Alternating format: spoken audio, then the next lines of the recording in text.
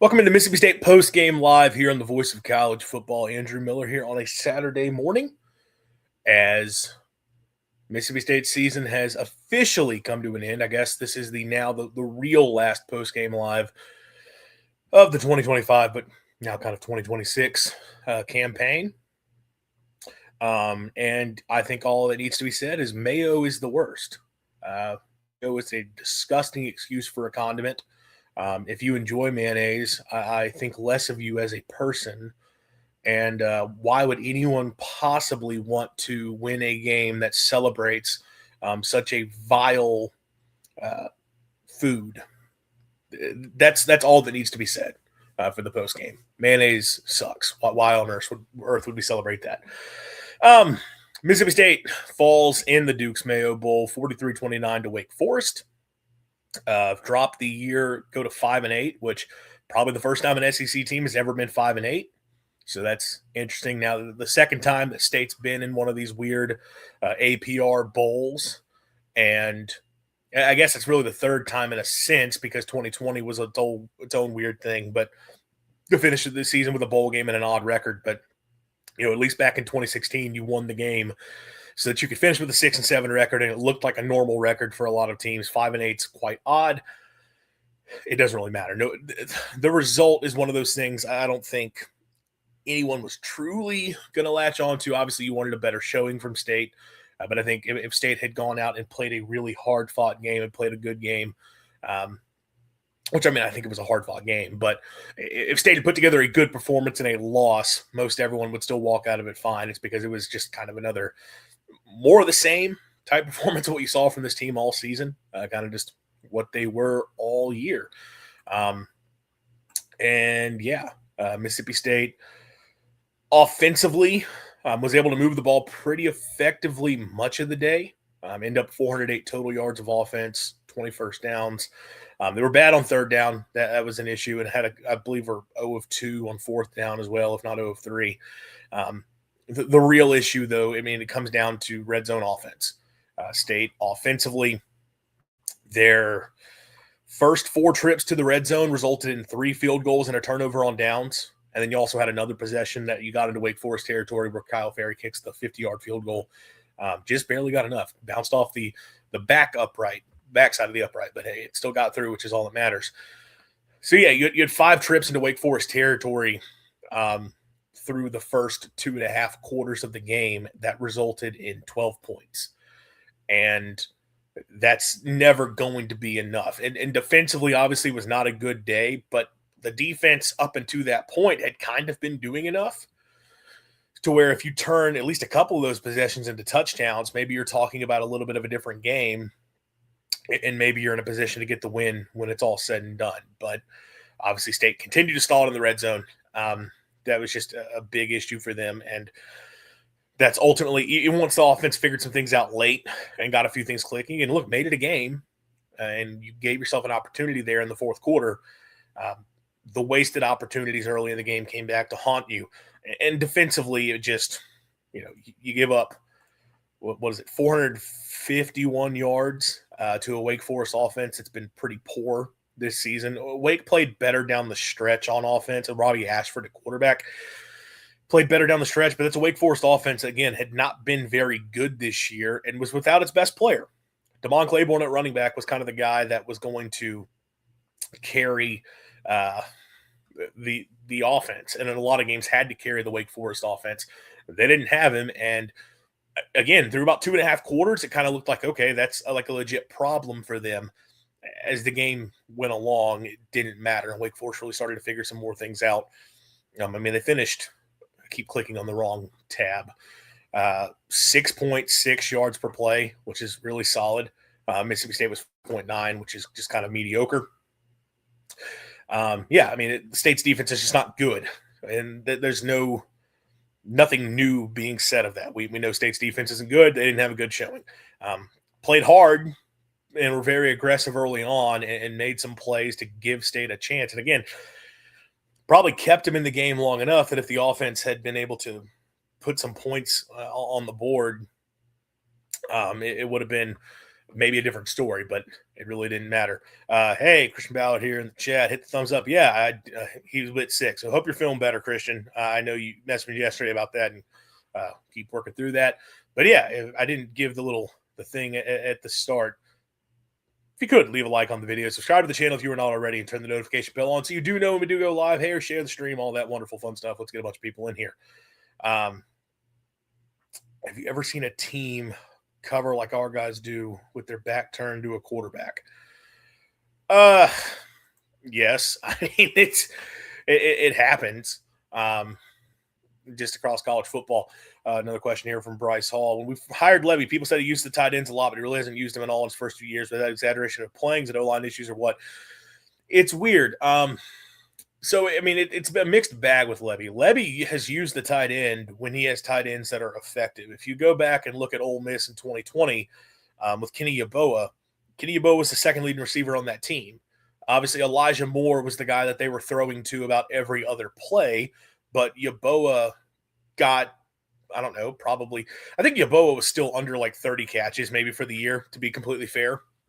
Like, they really threw to Moore and nobody else. But Yeboah was at least getting a few targets a game, and he had a couple big performances that season.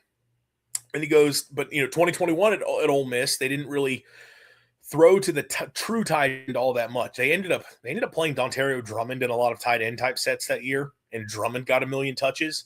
But Drummond was still, a receiver. 2022 at Oklahoma, Braylon Willis, again, I think was the second leading receiver on the team and got a ton of touches. Like, that was a guy, I think he led the team in touchdown catches. They threw to him a lot. And Willis is a guy that I thought Seydoux kind of reminds me of.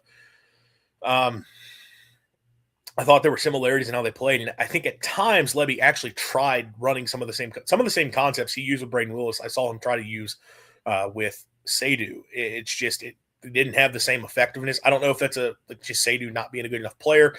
I don't know if it's a lack of comfort throwing to the tight end position for either of State's quarterbacks, what the deal was there. I definitely felt like Seydoux was a guy they should have tried to get more involved. And talk about the red zone offense. I mean, one of State's problems is that goal line fades suck, but still not having a big body to throw the ball up to and try to box them out is a problem. Like, State didn't have those guys at receiver.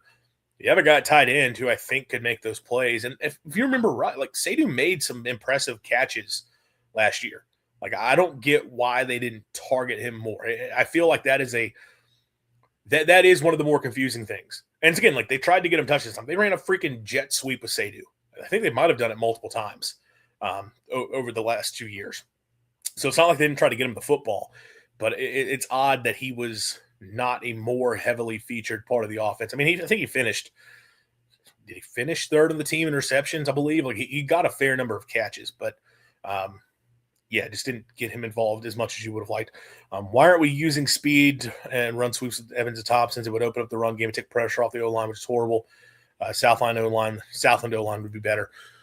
Well, they tried running the sweeps and sweeps and stuff like that with Evans and Thompson a lot throughout the season, and a lot of those plays just were not all that effective. Not so much because of the offensive line, but because perimeter blocking sucks so much. That's something that I've harped on this show constantly throughout the year. A big part of this offense has always been having the ability to get touches like what you're describing to fast players in space out on the edge, whether it be throwing quick screens to the perimeter, whether it be throwing swing passes, jet sweeps, touch passes, stuff like that. Those are plays you want to be able to run. And frankly, it's not just this offense. Most college offenses love having plays like that because it's easy. It's supposed to be an easy completion for the quarterback. It's supposed to be an easy touch to a explosive playmaker in space. Let them go to work. And State's not been able to do it all that much because the guys on the edge, including the tight ends, just can't block. Seydoux is not a great blocker. Sam West at tight end when he was out on the edge, him blocking in space, not effective. I think Aiden Williams got pretty good at it as the year went along. Aiden Williams, that was his strength. But look, Evans and Thompson, those are two guys who are under 6 foot.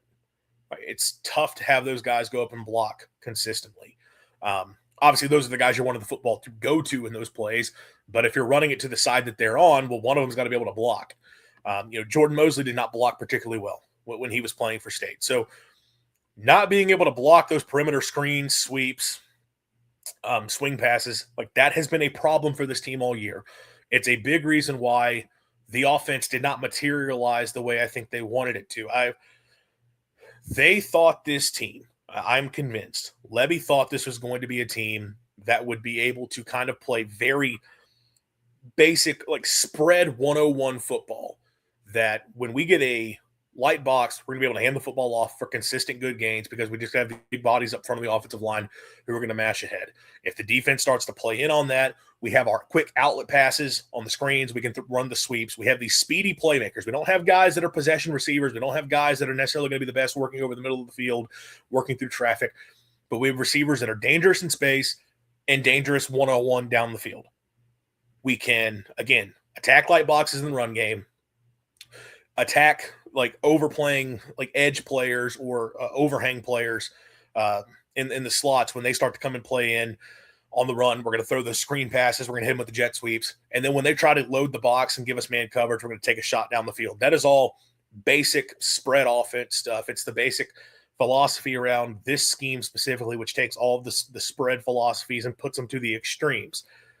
They thought they'd be able to do that. It's reflective of the personnel that they went out and added. 2 of the 3 things that they were hoping they'd be able to do, they weren't good at. Because the offensive line sucked so much that run blocking was not something that they could possibly lean on. And then the swing passes to the outside was something that they were not able to block well whatsoever. So, like all of that being issues, like the only thing the offense could consistently do well throughout the season was taking the shots down the field. That was the one thing they had.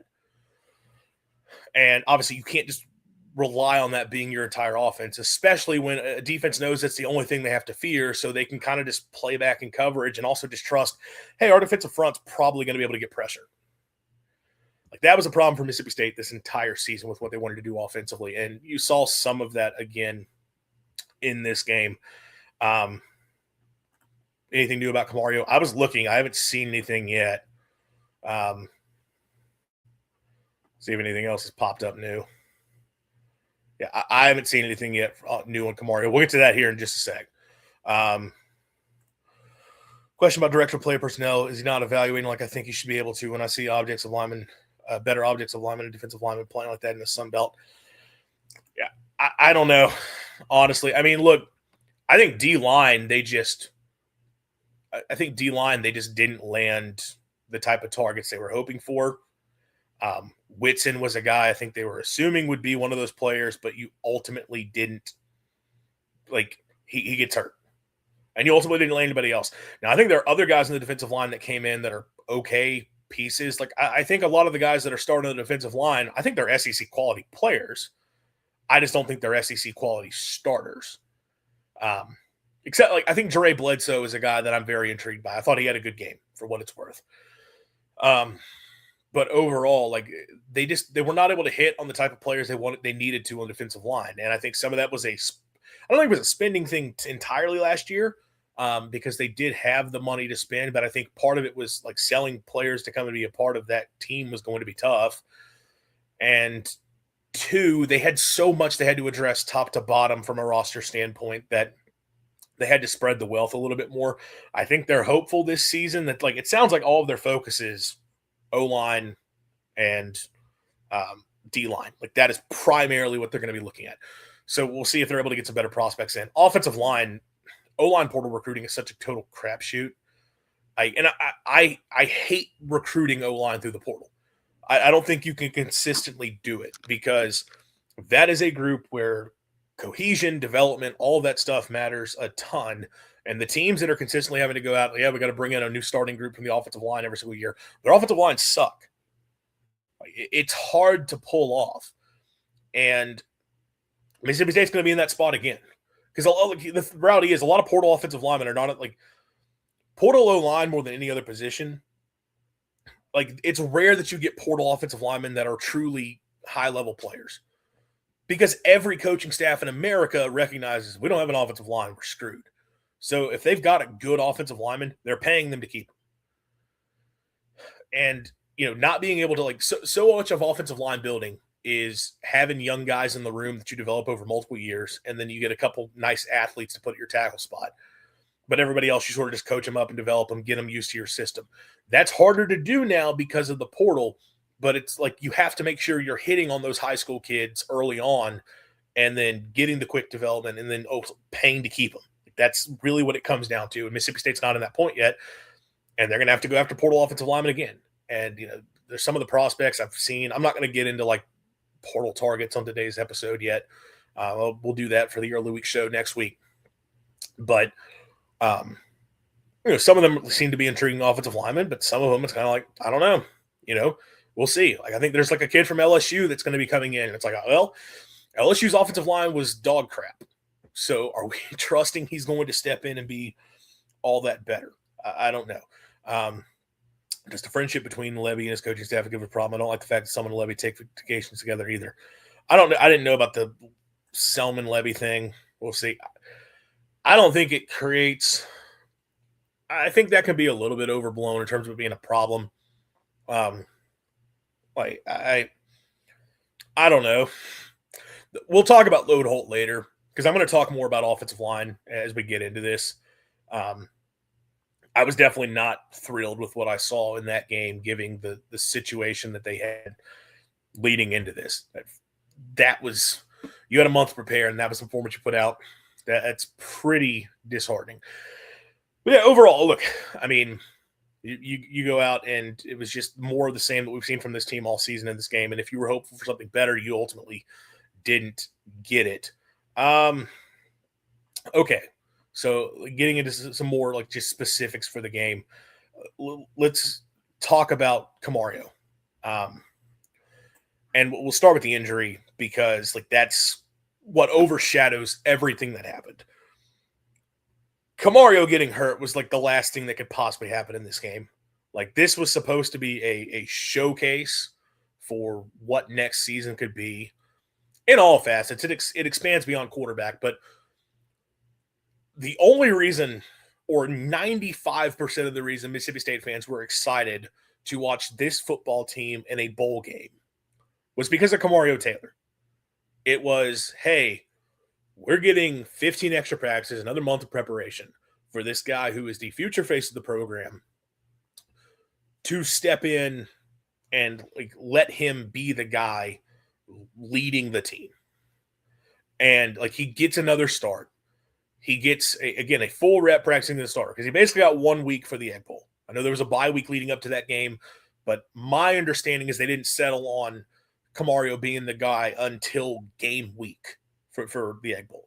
So full month of preparation. He's starting quarterback. There's no splitting reps with Shapen or any of that. You are the guy.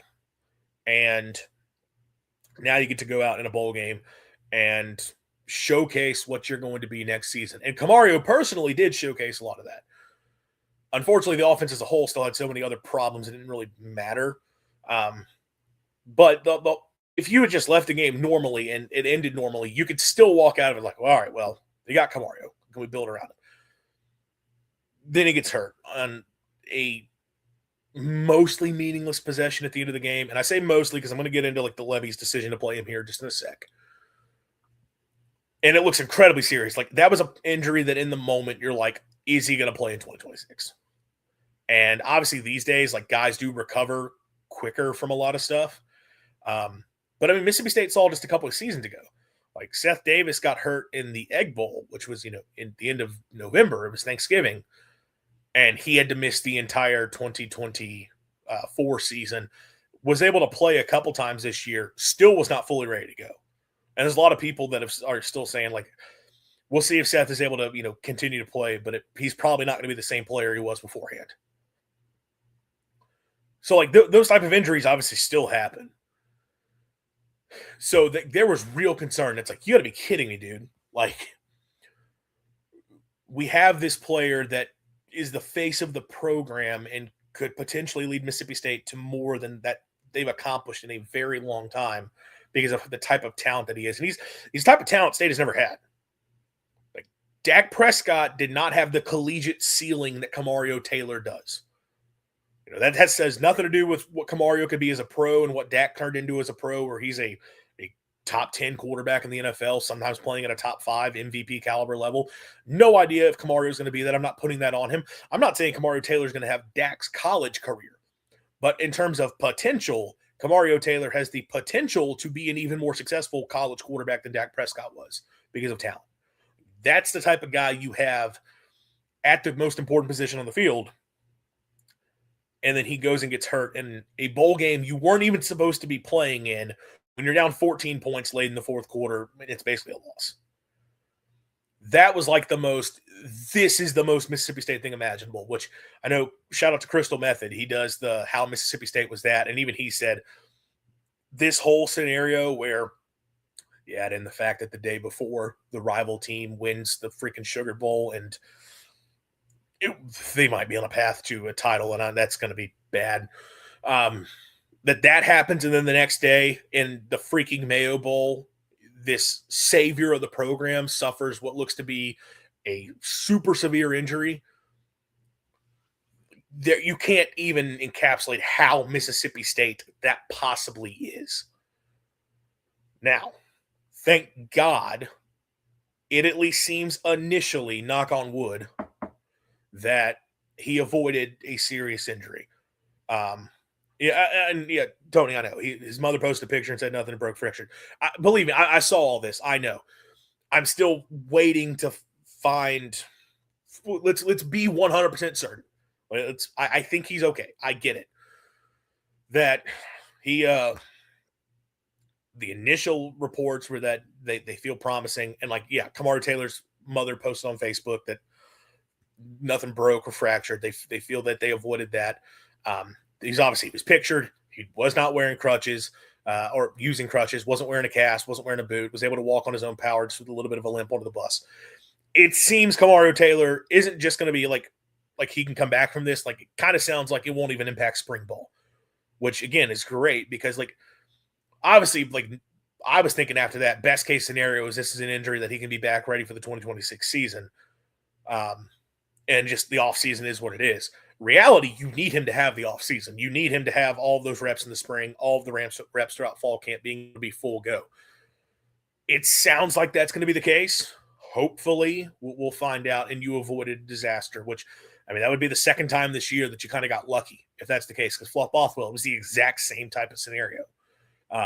Where, again, when it happened, it was like, Fluff is done, and then he obviously missed a couple games, but was able to come back.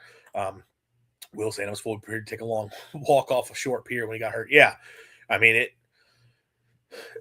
There was a level of disbelief.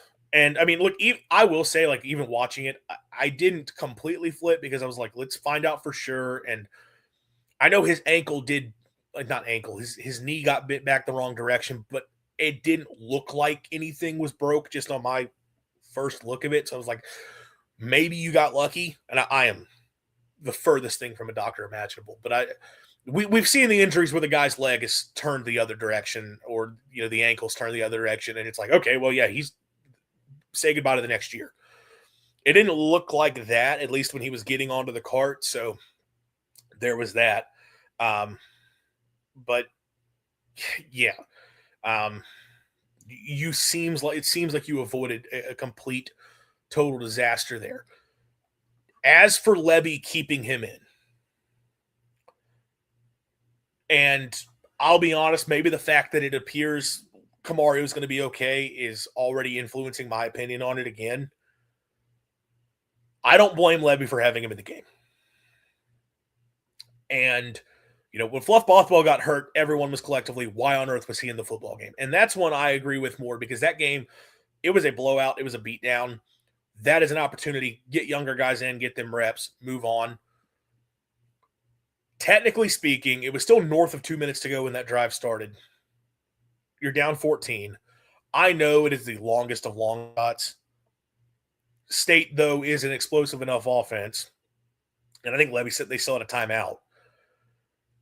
Could you technically hit a big play down the field for a touchdown and then set up an onside kick attempt with still reasonable amount of time to maybe go tie the game? Yes. Down 14 with 2 minutes to go, your odds are minimal. it's technically not impossible.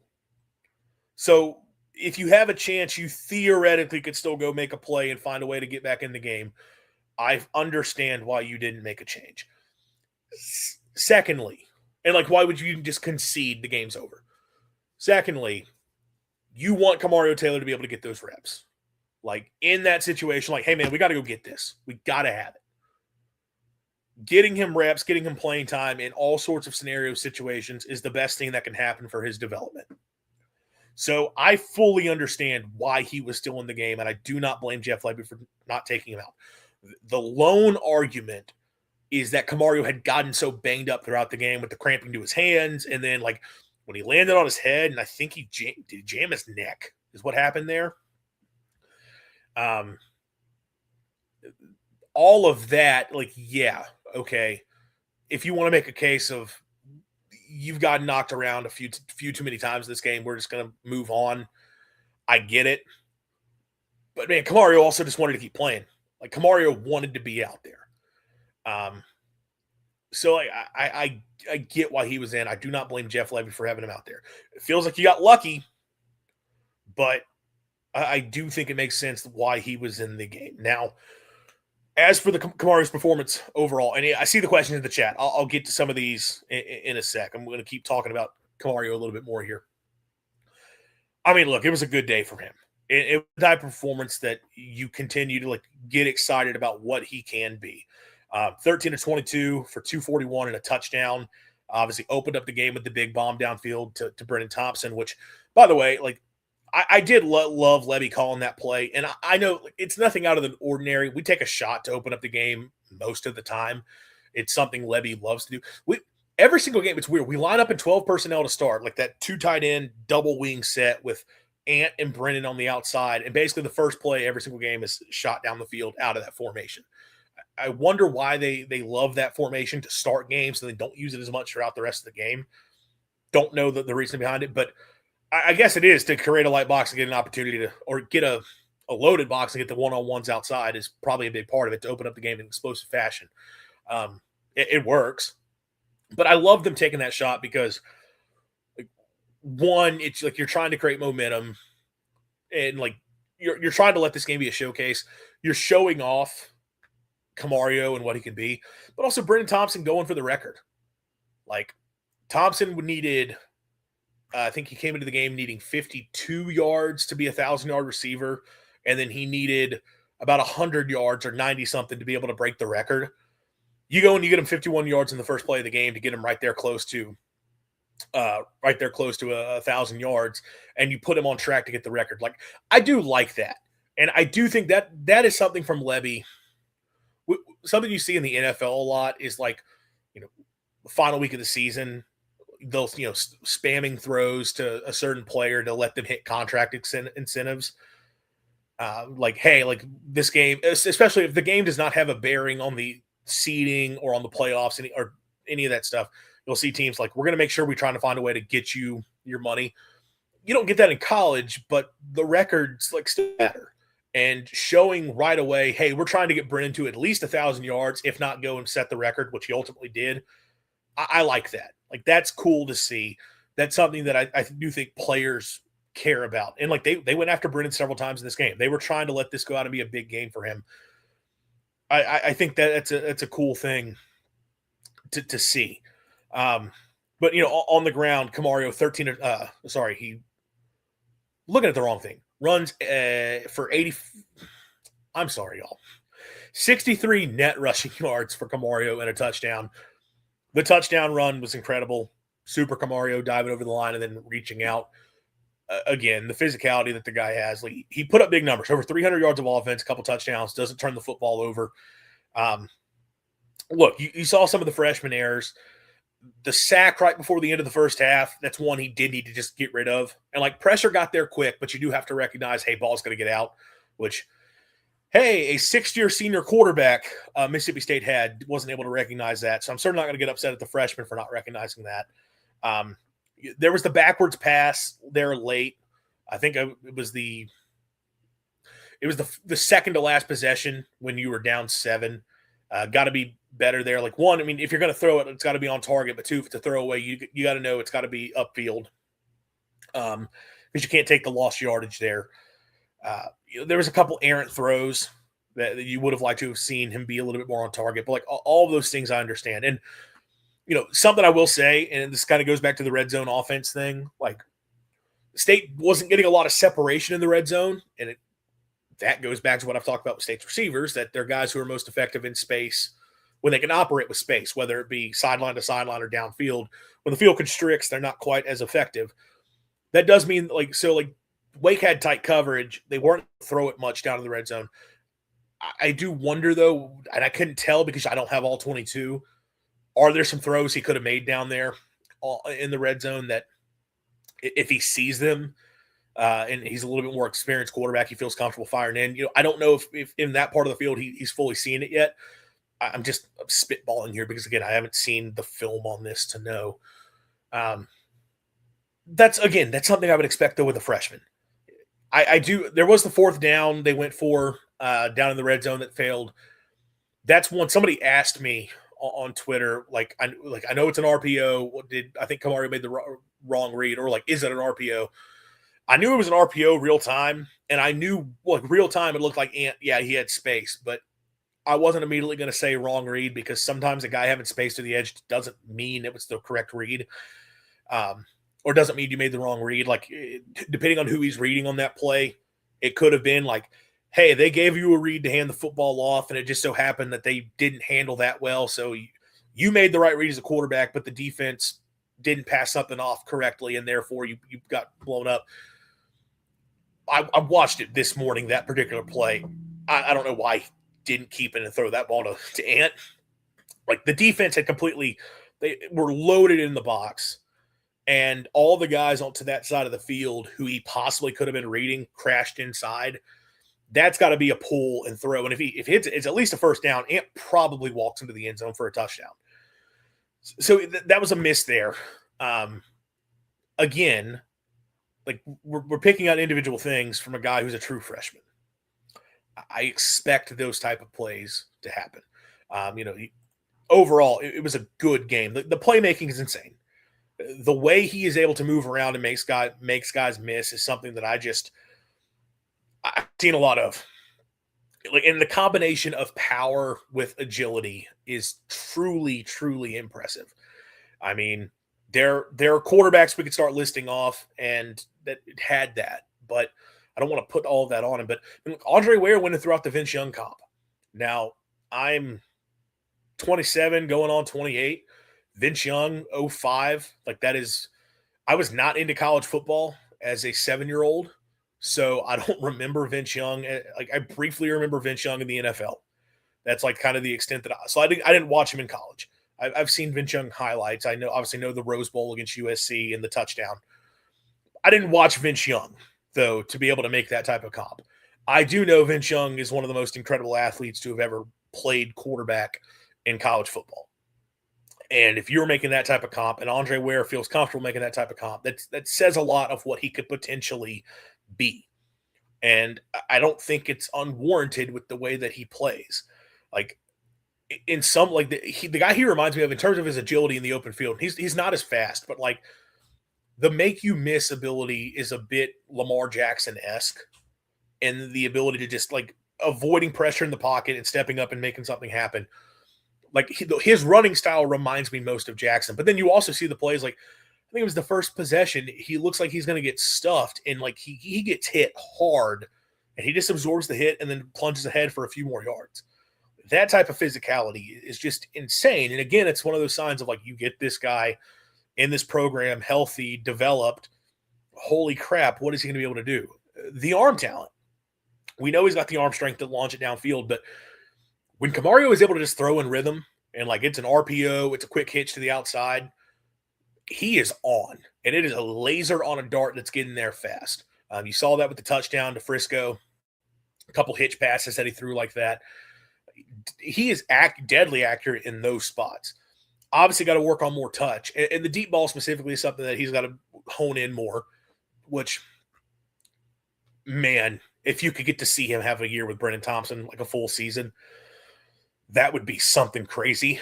It's something impressive because I think if he gets a full year to like get used to throwing that shot to Brennan Thompson every single time, it'd be wild. And look, I said this on social media. I don't like this era of constant eligibility for players to where like you have guys who basically because they didn't redshirt but didn't play all that much, they're like, well, I should get another year. I don't think that's right. Like sometimes you're just not going to play. Sorry. It's like college football's always been that way.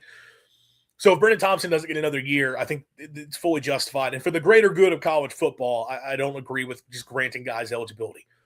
Selfishly for Mississippi State, having Brennan Thompson back would obviously be huge for success of the program, but getting to watch Kamario Taylor throw deep shots to Brennan Thompson would be incredible. I'd love to get to watch that. And again, like he has to work on some of the downfield accuracy, pull the trigger earlier on a few of those throws. But like, man, he's got a chance to be really, really, really special. And assuming he actually did avoid the worst and he's going to be good to go throughout the offseason, like that is your beacon of hope for MSU football. It is Kamario Taylor and what he is able to be for this team for hopefully the next couple of years. And you've got to find ways to invest to protect him, especially in terms of putting a better group up in front of him, which I'll get to here just in a sec. I'll go through a few of the questions from you guys here. Okay. When Levy was asked last night in the press conference, he was going to get another quarter. He said he had one expect to sign in 3 to 4 days to back up Kamario. I don't think he said well, I don't think he technically said expect to sign, although I guess you could read between the lines. Yeah, it's interesting. They've already got somebody lined up. I talked about on this show that the profile, the type of guy you're looking for, there's the quarterback who was at App State this year, who was previously who's back in the portal, who's like started his career at Vanderbilt, then he went to LSU, and then he ended up at App State and lost the starting job there. That's kind of the profile of a guy where it's like, okay, he's been an experienced player who started a lot of football games and I think at Vanderbilt, he got off to a promising start to his career. Could you theoretically like have him step in, but like he's got to know at some point he's not going to be a starter moving forward. I feel like that's the type of guy you're getting because like if it's a veteran, you want a veteran guy because you want an older guy in the room who has starting experience if Kamario goes down, because otherwise you're not going to have anybody else to turn to. And also a guy who can help Kamario come along would be a good thing. The problem is most veteran quarterbacks are wanting to go places where they know they're going to play. So it's kind of got to be a guy that is willing to like understand like, hey, I'm not coming here to start. Like this is frankly a jump start in a coaching career, if we're being completely honest. Which if you have to overpay for that, maybe that's just what you have to do. I'll be interested to see who they ultimately get in though, which I saw that somebody talked about beta play for Jackson Arnold. I hope not.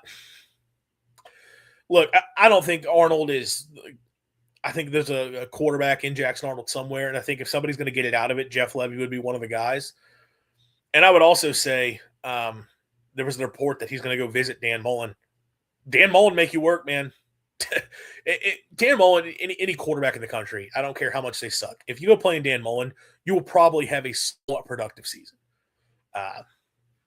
Like that, I don't want them to go after Jackson Arnold unless Jackson Arnold is willing to. I'm okay with Jackson Arnold under 2 conditions. Well, I guess it's really just one. It's him being comfortable that I'm not getting paid. He's going to make something, but like not really getting paid. And I understand I'm not here to start. Like I'm here to be a backup and hopefully just, the rest of the career. But I doubt it though. I feel like Arnold's the type of guy that at this point, I guess it's his final year of college football, that he would want to go somewhere that he could just go and play and have a solid season. I mean, I think going to playing for Mullen would be smart. Just my opinion. I think we need more speed in the backfield. Fluff is good, but we need someone who has more edge speed than Fluff does. Yeah, State was not able to get to the edge at all. They tried running their outside zone quite a bit in this game, and that's been one of the better runs for them this season. And it kept getting blown up. Like, I mean, if you're getting pressure from the interior D-line on outside zone, you don't have much of a chance to run that play. But also there was just the second level from Wake Forest, got a ton of pursuit on that. I mean, stylistically, though, like, yes, they do run outside zone quite a bit, but most of the runs in this offense are supposed to be straight downhill, kind of between the tackles type carries, where a physical back who's able to just kind of plow ahead is sort of the bigger deal. I don't care as much about breakaway speed there. I do think you have a guy in Gaden who can be that, although I'm starting to have my question about Gaden. There was a couple things in this game. A couple carries didn't go all that well way for him. The touchdown pass that Kamario has to Sanfrisco McGee, go back and watch that play, and I have it on my Twitter profile. They're running a GH counter RPO or counter RPO. They're motioning Seydu in as a blocker. Kamario fakes where Gaden is. So, like, he gives a ball fake to Gaden, like, to read for the RPO. And Gaden is running a route. And, like, I watched it a few times. It's like, I don't like blaming players, especially on social media where, like, now guys see everything. A number of times I'll get a Cam Thompson, who's now back at Northern Illinois. Shout out to him. I responded to a tweet talking about how, like, every receiver State took in the portal last season besides Ant and Brennan was a complete waste of time. And and Thompson was listed. And I responded that I thought there was, at least one guy where it's like, I think it was a fair take. But I mentioned, like, Thompson, I agree. Like, there's no point taking him. Cam Thompson liked that tweet. It's okay, dude. I get it. I guess I'm talking crap about you. Sorry. Go have fun at Northern Illinois. You wasted your time here. Sorry. So, like, I don't like dealing with that with players. Also, Dwight Lewis, by the way, the corner who's in the portal, seemed to like a tweet that I had that took a little bit of a shot at the coaching staff. So that are coaching staff decisions that Levy has made. So that's something to be said. Which he's moving on as well. I don't like putting a ton of that stuff out, but I watched this play over and over again. It's like, is it supposed to be an RPO to Gaden? Is it a quarterback counter for Kamario, and that's why, like, Gaden's not crossing his face and, like, going for the football? Every other part of the play says this is just a classic running back counter play with the glance route to Frisco, like just a day one play that they would run. And Gaden's running a route upfield. Like, what happened there, dude? Like, so I'm starting to have questions there. Gaden is an explosive player, though. If you get him the ball and just hand it to him and he's got space, like, he could take it for a long run. I think they're hoping, is it Colin Wilson is the freshman back on the roster, is another guy that they think kind of has that explosive ability, the kid from Gulf Shores. They might have to find someone. I don't know. I won't be shocked if they go out and get a running back now, and it probably would be more of the explosive type if they do get one. It's still not biggest priority. I'm not, especially with Kamario and his ability to run the football, not that you just want to run Kamario 15-plus times a game. I'm less concerned, though, about being able to field a good run game from a running back standpoint. I think they got the backs. I think they're mostly fine. If Levy starts the season 1-4 next year, he's fired by the bye week. That would be a win against ULM with losses to Minnesota, South Carolina, Missouri, Bama. Possibly. I mean, it's not an easy start to the season. I think those are all winnable outside of Bama. I think the first four are all very much winnable. If you're 1-4, though, you're not going to a bowl for sure. Possible. I don't think Selma would make a move at the bye. I think they'd let the season play out. But if it's a 1-4 start to next, like, you can't be that. It's got to be. I mean, they need to be 3-2 at worst if you're talking about going to a bowl game. Yeah. Rumor is to the fact. Any fact to the rumor that LSU has offered Anthony Evans 1.2. I'm not an insider, so I don't know. I'll say this. I mean, my take on Anthony Evans, and I know LSU was after him. I think everybody around him seems to feel pretty good that State's going to hold on to him. I think keeping Anthony Evans is more important from a perception and just roster retention standpoint than it is a necessity in terms of success. I I think Evans is a good player. Clearly, like an explosive receiver. And at this point, he knows the offense. You get another year of him in the system. Like, that'd all be great. I don't think slot receiver is a premium spot. I think the outside guys are more valuable, frankly, because of how they impact the game overall. I think a lot of receivers are capable of getting into the slot and going out and being effective. Because just the spacing that is available to work with when you're operating from the slot, especially in this offense, I think Levy could put just about anybody in the slot and they probably have a fine, successful season. And I would also say, and by the way, I'm going to recognize this is a bit of a tone shift to me from last year, because last year I was pretty beat up over losing Kevin Coleman because of losing a player like that in the slot.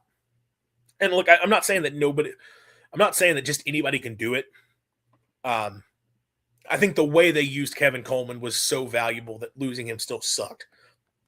I think Anthony Evans was probably a little bit more just a traditional kind of speed and space type slot player.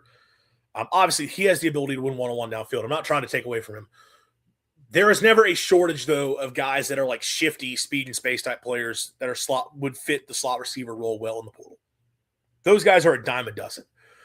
Where you have less talent at the portal position, at least when it comes to the premium spots, and there's a few of them, it's the outside guys that are the big body frame, go up and get the football, can win one-on-one down the field consistently, have the speed.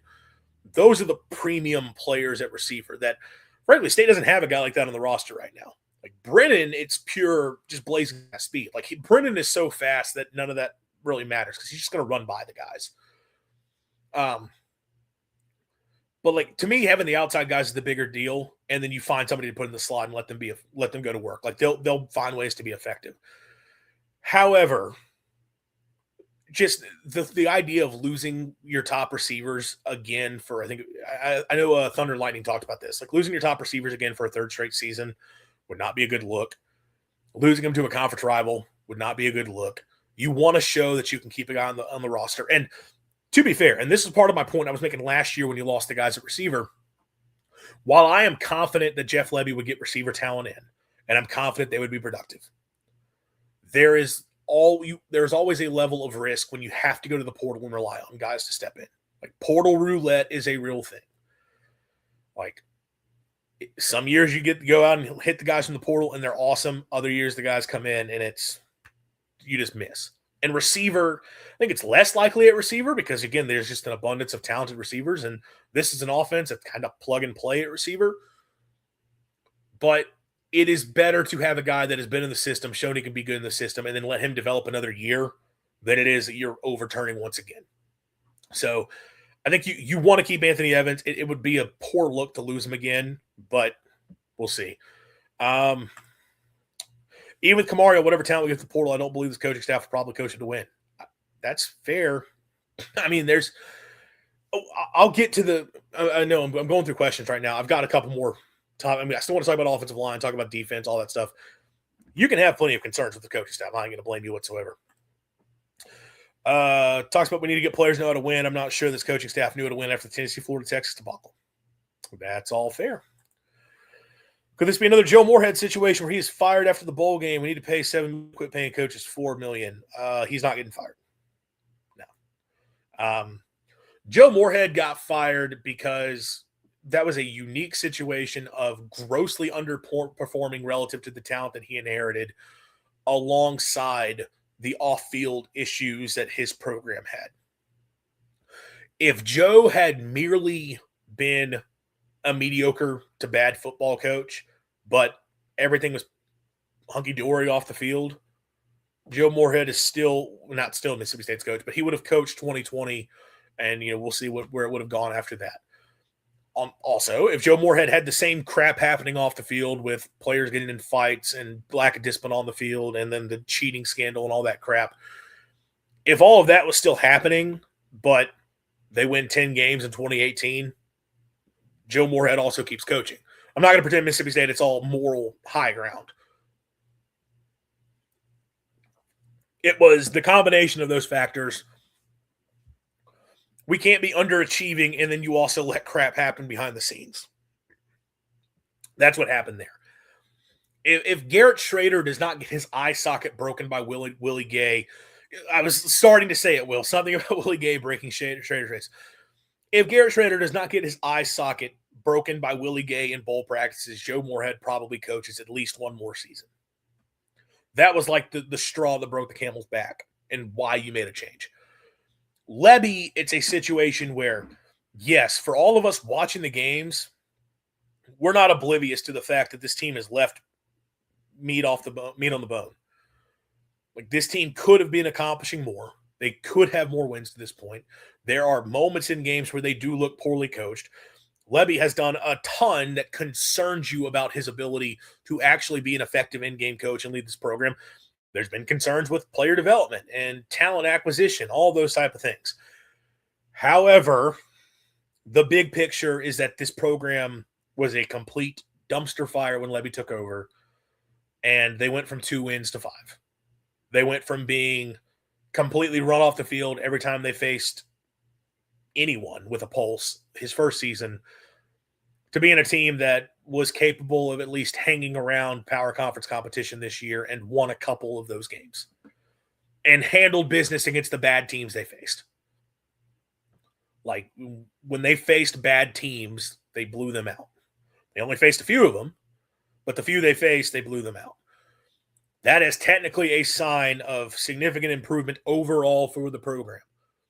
If you don't take another big step next year, well, that's a different story.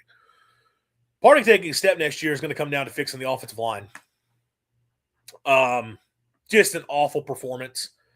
On the day, Mississippi State only ran for 2.7 yards per carry. You allowed 5 sacks, 9 tackles for loss. I thought the tackles, it was mostly fine. And I haven't gone back and rewatched the whole game, but I don't remember. Langston Hardy was the big time player that we were talking about coming to this game, the defensive end for Wake Forest. I think he had 1 quarterback hurry. They kind of held up on the edges just enough. The interior line got whooped. Cannon Boone did not have a great game. Zach Owens had a horrific game. They put Luke Work in. He didn't have a good game when he stepped in. They were just getting destroyed over in the middle of the O-line throughout the game. And because if you're giving up interior pressure, you're really screwed. There's not much you can do for that. It was a rough game for the O-line. And this game in particular, it bothers me when you talk about what State is and what job Load has done. The defense that I made for Load throughout the season was that because this offensive line did not get better. The O-line, compared to last year where they got better as the year went along, this O-line did not improve over the course of the season. In some ways, they started to look worse. The lone argument I made for him is that because of them having to go out and add multiple players who wound up being contributors following the spring, and then add in the injuries that they had and had guys in and out of the lineup throughout the season, they didn't get the reps they needed early in the year to really start to develop alongside each other, and they never got cohesion as a group. Compared to 2024, when that O-line stayed together the whole year. You basically had 1 missed game from McKylan Pounders because he got sick. Other than that, the group in 2024, it was the same starting 5 most of the season. And it was a starting 5 where all those guys had come in during the spring. So they had all of the offseason and the whole season to continue improving and working alongside each other. This group didn't get that. And as I talked about early in the show when talking about O-line play and development, for a position group that is so heavily reliant on getting those reps together and learning how to play as a full unit, to have limited reps in throughout the offseason and then to not have a group together throughout the year, it's tough to actually improve because of that. However, you had a month to prepare for this game. 15 practices to prepare for this game. I know Jimothy Lewis hit the portal. Jimothy Lewis played a lot for State this year, started a few games. Javen James, when healthy, was the starter at left tackle, and with Albert Reese available at right tackle. So the starting 5 that you ultimately had to settle on this year, you had those guys. And again, you had a full month of preparation. This should have been an opportunity for that group to get better together. And I understand one more month is not suddenly going to improve your talent. It wasn't going to change the fact that Wake Forest, as we talked about in the preview, has a good defensive front. They've got a good defensive line. They've got good linebackers. They've got safeties that are very good at attacking downhill. They play a style of defense that's meant to create as much disruption up front as possible. All of that is true. Wake Forest was always going to be a challenge for State. Watching the O-line just do nothing well the entire game, that is a concern. And it starts to give you real concern about, okay, how much coaching are we really getting from Lodeholt? And, we got the question about, Levy's buddies earlier, and obviously Lodeholt is one of his guys. I understand why he made the change from Cody Kennedy. I get it. I understand why that change was made. But again, you had a month to prepare for this game and you didn't get any better. And Lodeholt may be a guy that's more comfortable with Levy specifically and how he wants things coached. He seems to have done a decent job as a recruiter. I like some of what he's done in that aspect. But until that starts to pay dividends,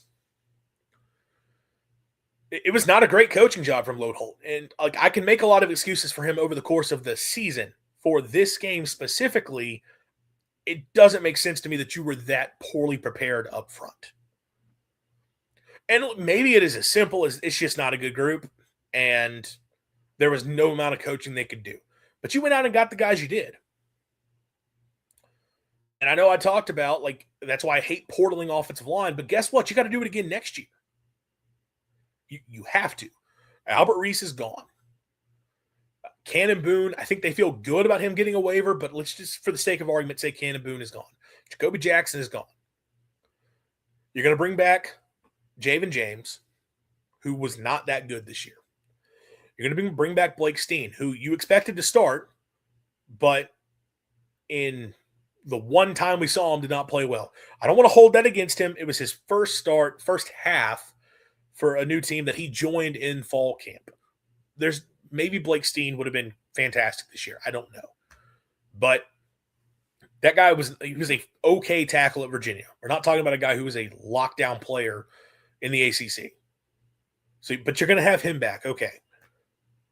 Luke Work can return. Zach Owens can return. I thought Zach Owens early in the season played pretty well. Zach Owens, as the season went along, got worse and worse and worse, and he had an awful game in this one. And we'll see what you do at center. I mean, right now, you would just say Kobe Keenum, who I guess played some this year. So, you return a group that you could look at and say, okay, we'll see what happens with those guys. But I don't think there's anybody in that group that you feel particularly confident in. You're going to have to go out and add 3, 4, 5 offensive linemen, all of whom are going to have to be candidates to start. You don't have a choice. You have to do this because you've got to improve that group. You cannot go by having the level of offensive line that you had this season. For 2 straight years, O-line play has been the root cause of why Mississippi State offensively has not looked like a Jeff Levy offense because they are so pitiful up front. You don't have a choice. You got to go get the players. But do I trust their ability to go get the players and then develop them over the offseason? That's tough, man. Because you haven't given me a reason to believe you're going to be able to. And this is where having guys in the program over multiple seasons and developing them would be beneficial. And again, this is not just a Mississippi State problem. This is a college football problem that because of the portal, guys move on. And it's not all on the players. Because of the portal, there are guys that come in the program for 1 year and coaches say, nope, bye, I'm going to get somebody else. And it's not that roster cuts didn't happen before the portal. They did. But it's much more widespread now because you can go out and get other players.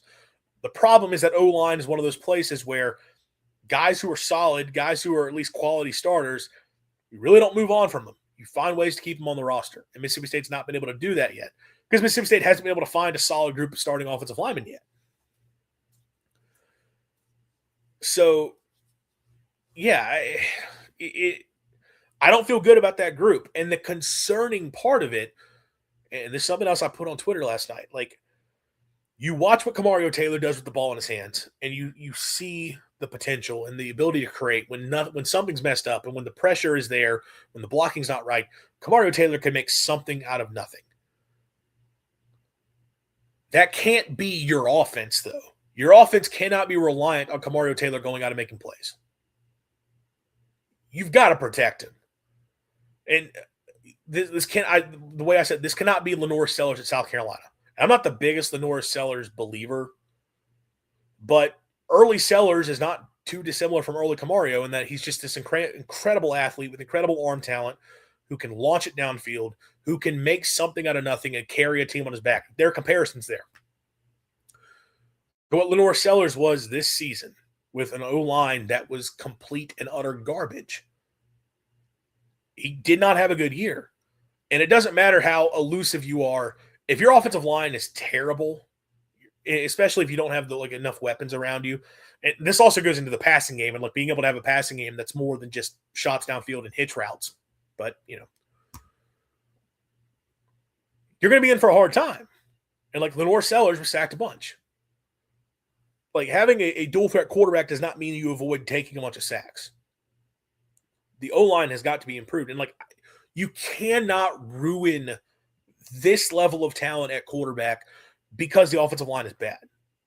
You have somehow, some way have to put a competent O-line in front of him. It does not have to be a good offensive line. You do not need 3+ all-conference caliber players up front. Can you give me one guy that is a surefire, high-level player at a tackle spot, and then 4 other guys who are just going to go out, handle their assignment, and stalemate at the line? I don't even care about getting a bunch of push. Can you stalemate? Because if you get stalemate, man, Fluff Bothwell is physical enough. He'll probably knock through the hole and get a first down. Kamario Taylor's physical enough that he can knock ahead. They've got to get that figured out. I think I talked about D-line probably being a little bit of a bigger deal for me in the offseason portal, just because I think because of Kamario, offensively, you start to think it'll just figure itself out. It's O-line. It's O-line because you cannot risk ruining a talent like that when you have it on the roster. You have to find a way to protect him. So we're going to find a lot out in the coming weeks, how they do in terms of recruiting the offensive line in the portal. Can you go out and get guys that no doubt they can step in and be quality players in the SEC? You've got to find a way to do it. Levy fired Kennedy, but somehow hired a worse O-line coach in Lode Holt. Usually the O-line gets better, but it got worse in Lode Holt. Was told that Lode Holt just needs his players, but don't think that's it. Yeah, I don't know. And like I said, I've argued in favor of Lode Holt a lot this year. Change not happening.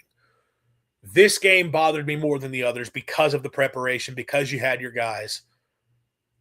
And again, Wake Forest's D-line, yes, we know they're good. And talent overrides everything else. Okay. But is Wake's D-line supposed to be that much more talented than Mississippi State's offensive line? A lot of the players they took are portal players from G5s. So is it just a talent evaluation thing? Why is their talent evaluation that much better? I mean, Jake Dickert is a really good coach. That's part of it.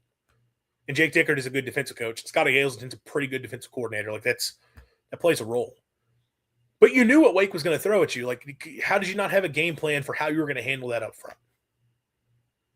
And this is probably fan speak. I'm sure there's a million reasons why. It's just not that simple. Those guys are just better than our guys. Wake Forest having better guys up front on their D-line in year 1 under Jake Dickert than Mississippi State has on its O-line in year 2 under Jeff Levy is a problem. I'll put it cut and dry, simple like that. Their guys being better is not a fair excuse. Mario Nash seems likely. It's interesting. Obviously, former MSU commit, goes to Florida State.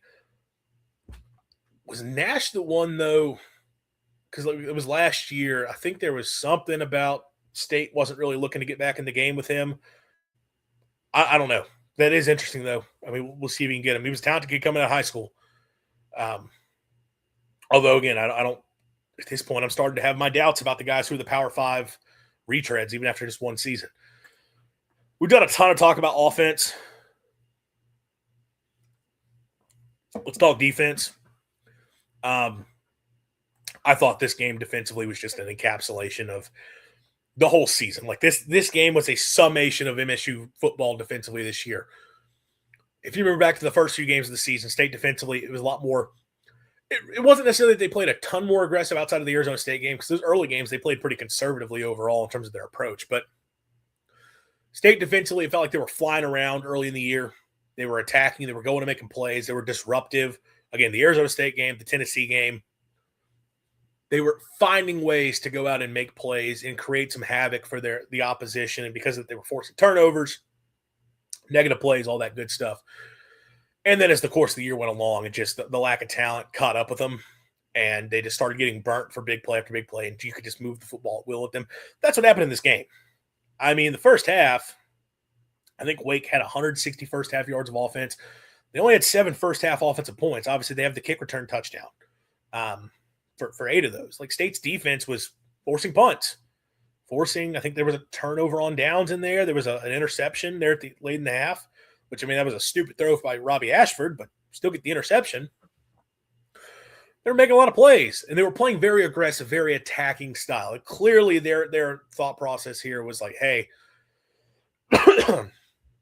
we're just going to get after Robbie Ashford. Like, they do not have the running back in that they can lean on. Their top receivers out. We trust our guys in the secondary enough to hold up. And I do think State secondary's had a lot of issues this year, but for the most part, outside of the teams that have really great receiving cores, they've been okay. I understand that Hunter Washington, what happened. I'll get to that. But we're just going to be very aggressive in attacking. And, like, they were at times aggressive enough that they were, like, getting out of run fits and letting stuff get by them, which I was, I guess, a sign of things to come. But they were creating a lot of disruption, and they were getting Ashford out of the pocket, which is kind of a risk, but they would keep him contained. It was like they flushed him out of the pocket, but they always had someone in his face that he couldn't just run by and scramble for big yardage. And he was super inaccurate when he was having to throw out of the pocket. And, yeah, like Robbie Ashford just looked like the quarterback that a lot of us remembered from when he was at Auburn. Not good. And I thought Wake probably could have run him more early. They probably could have run Ty Clark more early, but they weren't. And look, to be fair, there was a few first down runs where State bottled it up for minimal gains. And he put them in second and long. And frankly, like Rob Azell, the OC for Wake Forest, took an analytical approach that, hey, we're not going to run just automatically first and second down. If it's second and long, we're still going to throw the football. So I guess that's kind of smart, but they probably could have run it more. Maybe they would have had a little bit more success. But I say all this, like, State's defense was stepping up, and I know second half, Hunter Washington gets burnt for the shot down the field, and that was kind of like, look, State was playing very aggressively. They're playing downhill. At a certain point, Wake Forest is going to take a shot, and the kid runs right by Hunter Washington. Which, hey, Hunter Washington getting burnt one last time in his MSU career. I mean, just for old time's sake, that was fitting. But the defense still bounced back after that. They got a stop on the next possession. And there was a couple times in the second half where they got stops. But overall, for the second half defense, it started to fall apart. I mean, Robbie Ashford got better as the game went along. Wake also just started running the football more. Like Ty Clark, who has not done anything really all year, runs for 91 yards at over 5.4 a carry. Ashford had 55 rush yards. Those were really the two guys, but Wake didn't put up a huge day on the ground, but they also just didn't run it as much as I thought they would have. But Ashford finishes at 303 passing yards, 3 touchdowns. I mean, a huge day for him. Defensively, it just wasn't great. And as the game went along, like, their run fits were poor on several occasions. They lost contain a few more times. You had let some guys get open down the field. It just was not a great day for State defensively. And just like the back half of this season, the defense got to where you could just move the ball at will. Wake Forest mostly got to where they could move the ball at will. Yeah, I mean, look, you had some guys step up. Like, I thought, like, Nave Sanders gets an opportunity in this game, what I believe is going to be his final collegiate game. And it was interesting the role they were playing him. I don't really know I guess he was stepping in for. I guess in a way it was kind of what they would typically do with Isaac Smith, but they had him off the edge containing Ashford. And there was a few times where like he was kind of just running balls to the wall and would miss, but he kept him contained on a few occasions. He caused some disruptive plays on a few occasions, had some big tackles, and obviously he gets the blocked extra point that gets returned for 2 by Kelly Jones that ultimately gave Mississippi State a chance when it felt like, okay, this is completely over. It made it a one-score game. So good for him to go out and have that performance. Nick Mitchell in his last game I thought played really well, was all over the field, and laid the lumber on a few occasions. I liked what I saw from Trey Bledsoe at defensive line. I thought he had quite a bit of disruption. Did a good job getting in the backfield. A few times got too far upfield and let a guy get by him, but a few times also was able to get off his block and make a play.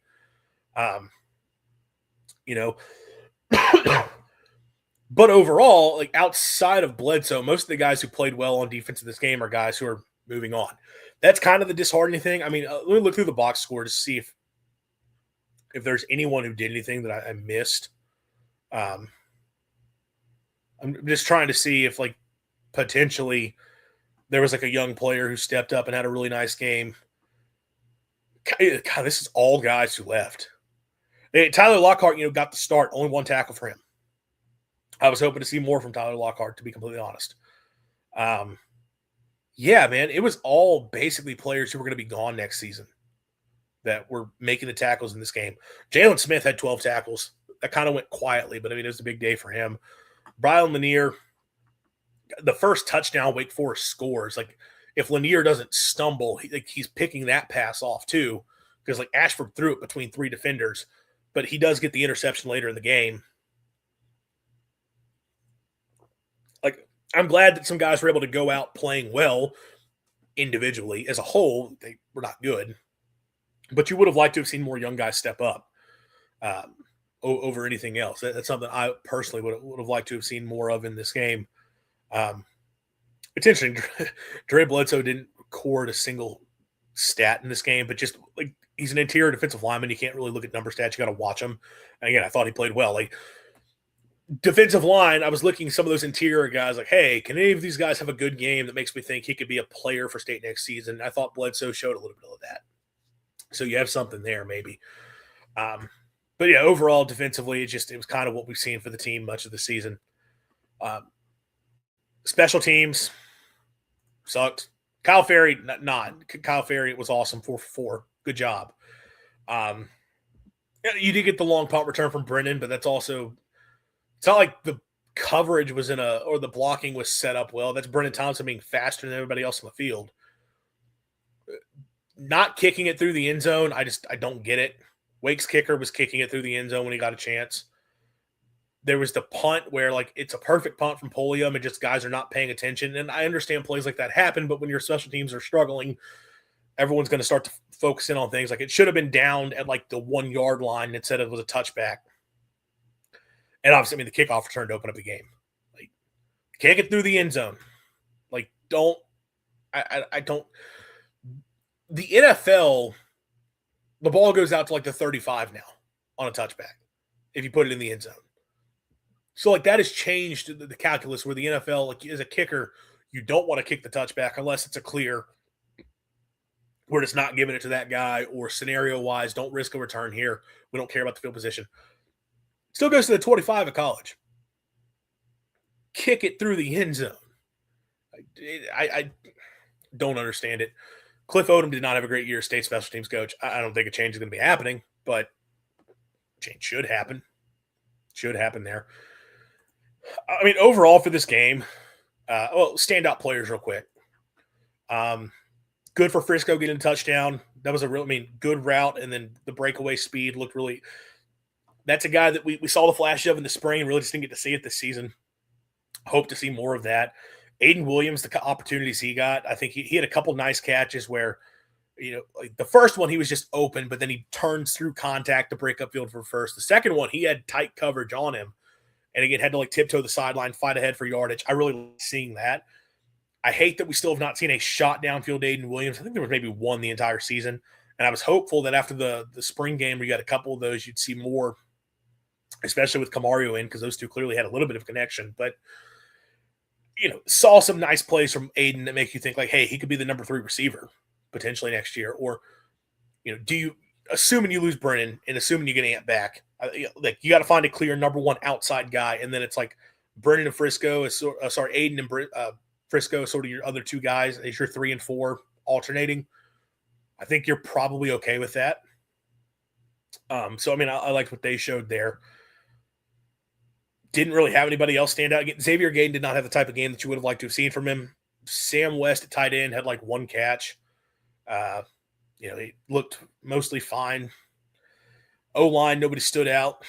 I mean, I want to go back and watch Javen James just to see if he handled blocking off the blind side better in this one. Didn't have a ton of crazy great performances. I mean, it was Kamario Taylor was handling a lot of it. Also, I realized this whole time, like, my lighting setup sucks. I've got a lamp that's in front of me. I actually do have a ring light now, but I haven't been able to set it up yet. I haven't turned the lamp on this entire time, so my lighting is never good, but that makes a difference. And I hadn't thought about it at all throughout this. At this point, I don't care. Turn it off. Big picture for this game. The most frustrating thing is something that could be said about the Egg Bowl. Could have been said about really any of the final 3 games of the 2025 regular season. Could have been said about the Texas game. Could have been said about the game at Florida. Could have been said about the Tennessee game. And the Arkansas game doesn't count. Every time Jeff Lebby post-Arizona State, and post-Arizona State matters because that was just a special night of everything aligned, and you hit a miracle play when it was all said and done. Every time Jeff Lebby had an opportunity this season to make a statement, like, hey, this thing is going to be fun in the future, they fell flat. They couldn't get it done against Tennessee. They made too many mistakes. And again, that's not a game that I've said that they should have won. I've been clear that I think Tennessee ultimately, it was understandable they won the game the way things shook out. But they could have won. And if they had played a clean game, they win that football game. They should have beaten Florida. They completely blow it at the end. They wasted opportunities early, and then they screwed themselves at the end of the game. Texas, you blow a 17-point lead in the fourth quarter. And then down the stretch, when you get the Arkansas win, it's like, okay, you got 3 games, 2 of them at home, plus a Missouri team that's not looked all that good. Yeah, like Georgia and Ole Miss are both really good, but can you close the season and find one more win and get bowl eligible under normal circumstances? 3 straight blowout losses to close the year. And then you get gifted a bowl game. And like, this is an opportunity to go do something. You lose to Wake Forest. A Wake Forest team is not bad. I'm not trying to they're 8-4, good defense, all that. But your offense couldn't function in the red zone early. Your offensive line was completely atrocious all throughout the game. You defensively made that Wake offense without its best player look awesome in the second half. And then some of the coaching decisions, because I forgot to get into this throughout. Like, Lebby's uses of timeouts in certain spots. Like, they took a timeout before the first 4th down that they considered going for, which I hated. I hate timeouts on offense before 4th down calls. Cannot stand them. To me, as a coaching staff, and I understand sometimes you're going to get into a game and just something does not align for whatever reason. My opinion is that as a coaching staff, you need to have decided throughout the week and in the preparation how you're going to handle 4th down. If we are at this spot on the field and it's this yard to gain and it's this game situation, are we going yes, no? And if the answer is yes, you have the call and you go out and you run it. Simple. And I think they waited too long to get the first call in. And I know they were showing in the broadcast, like, it's possible they had a matchup they would have liked, and maybe Kamario just didn't see it. But if you get the play in early enough, then you can call Kamario like, hey, man, look, run it. We got it. Instead, they take a timeout and they punt. And I hate taking the timeout to punt. I understand field position matters. I do not care about 5 yards in favor of keeping a timeout. So there was that. And then obviously they had to use another timeout in the first quarter because the defense was not aligned. I guess that one worked out because they got the stop, but you're down to one timeout. Well, then you get to the end of the first half. That was a backwards pass thrown by Robbie Ashford. It was best case a lateral, which Bill, I think his last name's Reno, who's the guy who like knows all the officiating stuff.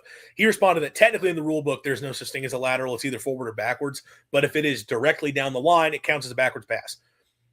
That was a backwards pass. I don't care what the guy in the booth was saying that, yeah, this is a forward pass to us.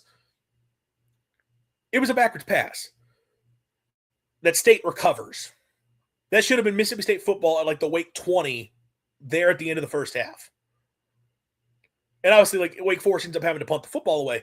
But like the fact that that play was not reviewed at all, and I don't know if they could have overturned it. Again, there was not an angle right down the line, so maybe they would have said, well, technically we can't say for sure and call stands or upheld. One, it's crazy that was not reviewed. But two, if you're Jeff Lebby, you call the timeout. When you see the play is going to get run, timeout, y'all go check that out. Because that is a game-changing play. How did you not stop he shouldn't have had to stop it. It should have been stopped by the officials. But when you see the officials aren't going to do it, you got to go make the stop. You have to be the one to go make the stop and make them go look at it. And if they tell you that, sorry, we can't overturn it, all right, well, then that just sucks. The officials are bad at their job. But as a coach, it's your job to go and force them to have to look at it. And I was like, did he not want to waste a time out there? Somebody pointed out to me, if Jeff Lebby is not using a timeout over that situation, like, I'm not going to say what he said, but basically it was like he just shouldn't be the football coach if he's that concerned about holding on to a timeout. Also, I'm pretty sure that was north of 2 minutes in the first half. They have the 2-minute stoppage.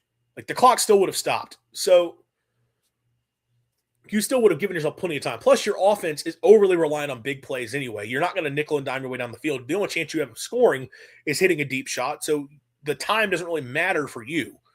It's with the tempo you play and the way you attack downfield.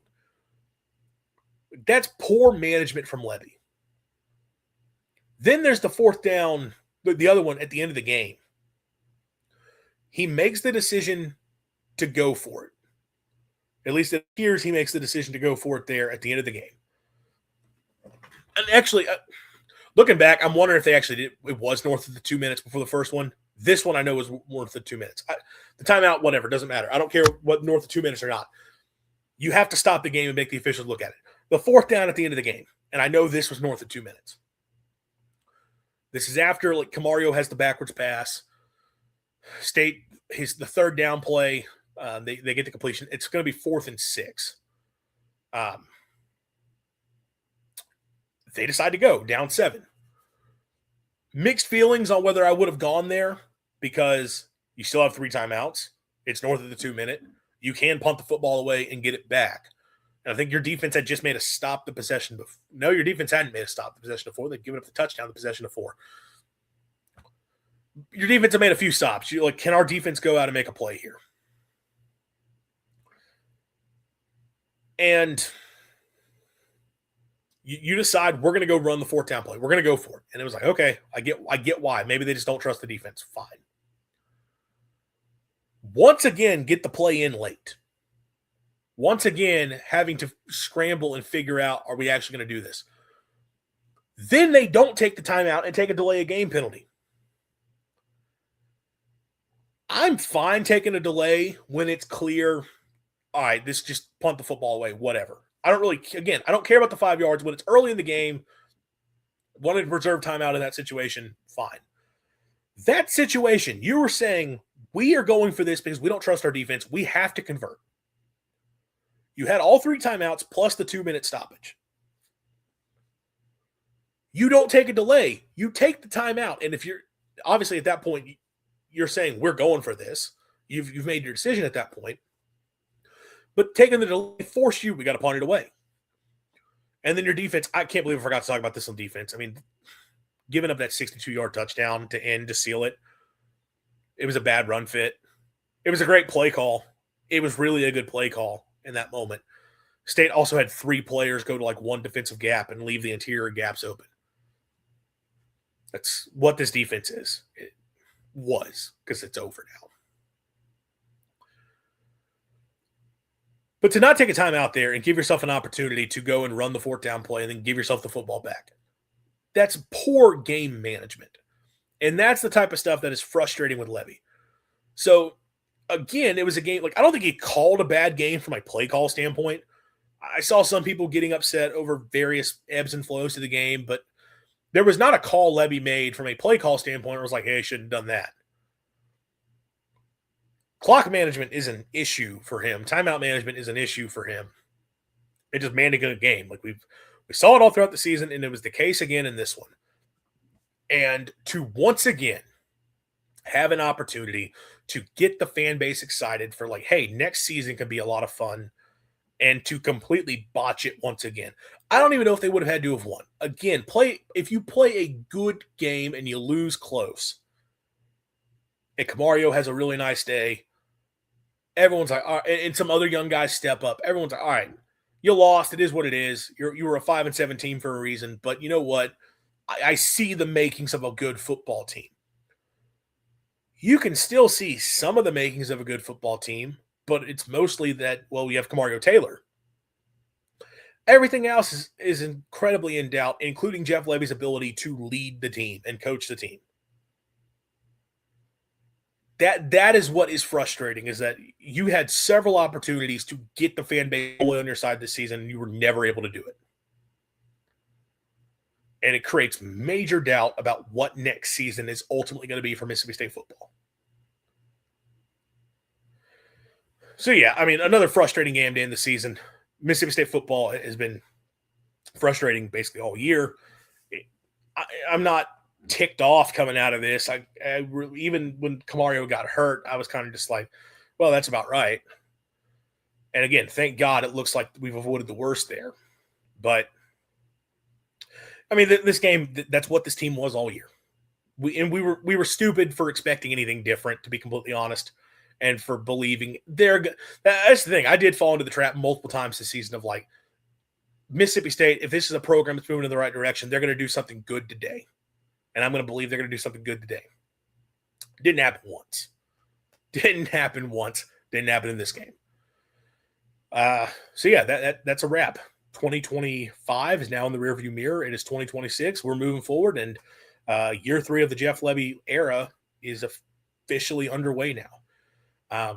Obviously going to have a lot of guys hitting the portal. The portal officially opened up yesterday. Mississippi State is already going after a ton of guys. Shout out to Hail State Muse on Twitter that he's keeping track of every single player State is getting in on a visit. State's making a play for, including there's some talented prospects in there. It's going to need to be another good portal class for sure. They have a lot of needs to address, but especially the trenches. They got to get better up front, both sides of the line of scrimmage. If that doesn't happen, they're going to be screwed. Hopefully we find out more with Kamario and that everything's going to be okay with him. Hopefully. We'll see what portal news happens, if any surprise entrants happen for Mississippi State. And then, what are State's early targets looking like? I know they're getting guys on campus, I believe, today for visits in and throughout the weekend. So hopefully have some news. Hopefully State picks up some commitments. But a lot of portal off-season type content coming your way. Maybe we'll do some final season grades, that type of stuff. Players we're excited for, all that kind of stuff. A ton of great off-season content coming here from Mississippi State Live on the Voice of College Football. Appreciate everyone who tuned in. If you haven't already, please leave me a like on the video, subscribe to the channel, and turn the notification bell on so you do know when we do go live. As always, swing your sword. Hail State. College football is even more exciting when you've got some action on the line, and the games are even better when you're cashing in. And the Voice of College Football is the place to be to get the greatest value. Start with my picks. 75% against the money line, 58% against the spread, and I've got a 40-plus year track record. 11-0 in the college football playoff for me last year against the money line, 8-3 against the spread. And I'm just the warm-up act. Steve Merrill of Wager Talk is our ace in the hole, show stopper. 7 years with the Voice of College Football, over 30 years in the industry. Steve gives us analysis on all the big games, but you can't miss Steve's weekly under-the-radar pick. 28-12 against the spread the last 3 years. You also get picks from some of our top analysts here at the Voice of College Football, including Corey Bratta, Matt Zemek, and Steve Dace. Check out those numbers. Become a YouTube or Patreon member for just $99 per month. Go to the main channel on YouTube, click join, and then select the betting tier. Do the same thing on Patreon. Make 2025 a winner now.